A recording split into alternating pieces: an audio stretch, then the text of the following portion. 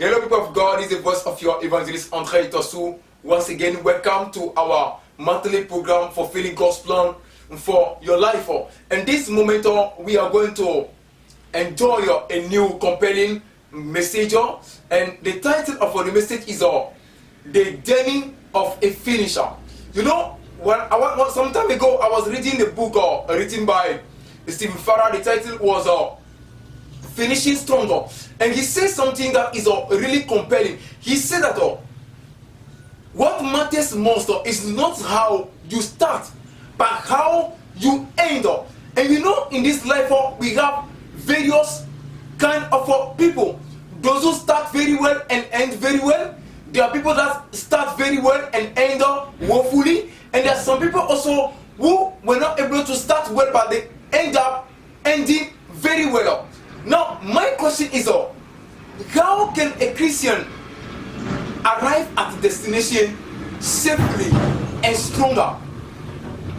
Now, let me define first what is the meaning of a finisher. Finisher just means someone who ends whatever he started. And how can a believer end well his Christian racer? There are things we need to consider. The first thing is commitment. You see, the commitment I'm talking about is not to a thing, commitment to a man. Because one thing you must understand is that when you are committed to a man, that man can fail, that man can die, that man can disappoint you, that man can deceive you, that man can put so much trouble on you that you end up even destroy more than you have made that person. When you put or you are committed to a thing, that thing can be destroyed. That thing can lose its value. But the commitment I'm talking about is the commitment to Jesus Christ. Because you and I, we know that when you are committed to Jesus Christ, He can never disappoint you. He can never deceive you, because He remains the same. He's the same yesterday, today, and forever. And such person needs to be committed to. People can be committed to church, or the church end up broken, the church end up scattered, and today they are bitter because they put their trust into men. Jesus is the only one we have to be committed to. Because when someone is committed to Jesus Christ, you don't need to be on that person before he does what is necessary as a Christian. Let's go to Hebrews 12 verse 1 to 2. Hebrews 12. I just want to nail my point because I know you are getting me. Hebrews 12 verse 1 to 2 say, therefore, since we are surrounded by such a huge crowd of witnesses to the life of faith, let us strip off every weight that slows us down, especially the sin that so easily trips us up.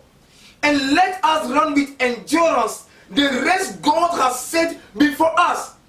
We do this by keeping our eyes on Jesus, the champion, the author, who initiates and perfects our faith. You see, Jesus is the author and the finisher of our faith.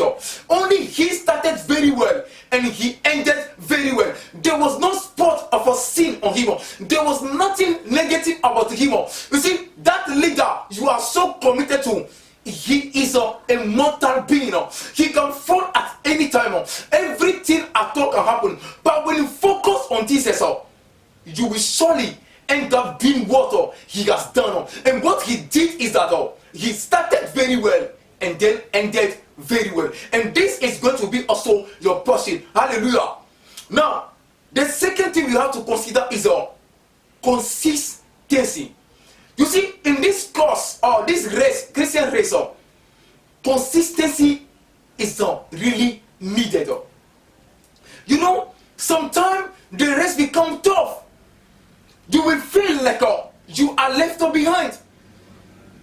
The struggles of the road will become so much. And it is those who have learned how to master pressure, to master stress, to master disappointment, to master sorrows and pain. They are the ones that end up winning the prize.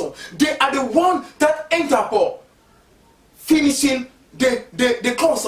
You know, those days when marathon started, those days the Olympic game, those days people were holding torch. So if you cross the line without the torch still burning, you are lost. It doesn't mean whether you reach there first or not, but if you reach there where your torch is still burning, you have won the race.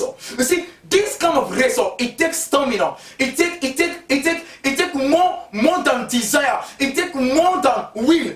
It takes more than because I just don't know. This race requires consistency. You keep on moving. Even everything is just telling you stop small. Realizing no, I'm going somewhere. I have to keep on moving.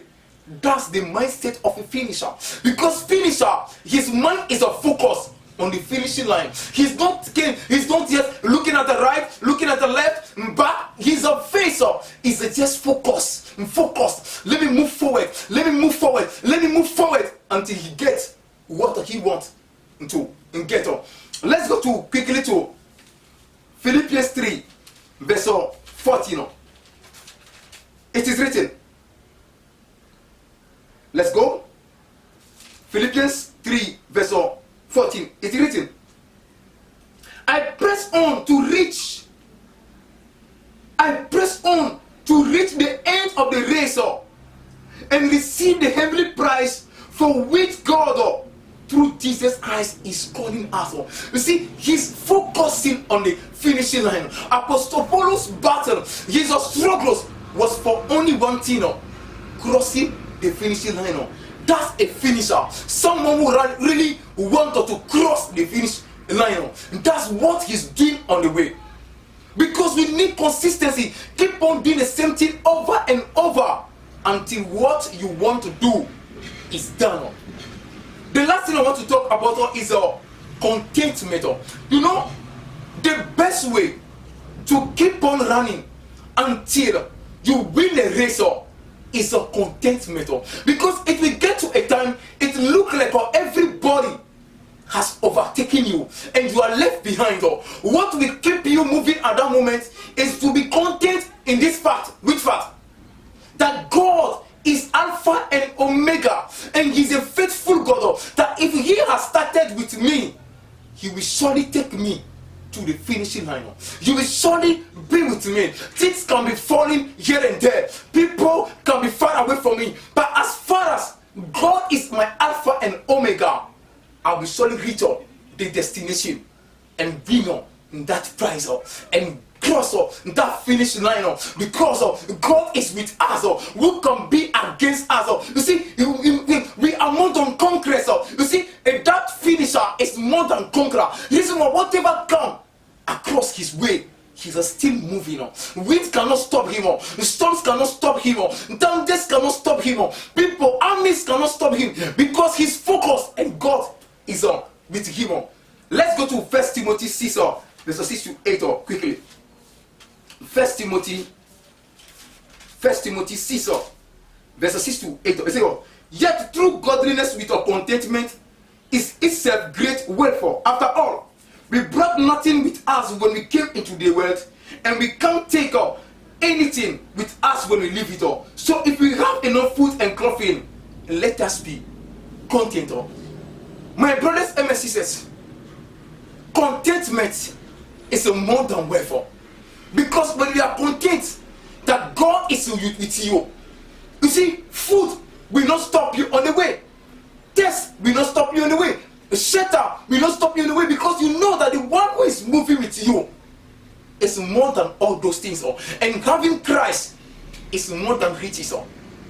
And we continue with this thing. You start with this thing. You start with commitment to Jesus. You keep on racing, consistency, and you are content that God is faithful. You will surely cross the finishing line. Because I believe that it is not only that we should start with Jesus, we must also end with Jesus. That's the marks of a true finisher. May God really bless you and equip you as you have decided to be a finisher until you cross the line after achieving all that God has called you to do. May God bless you and keep you. I wish you Merry Christmas and Happy New Year. May God be with you. Bye bye.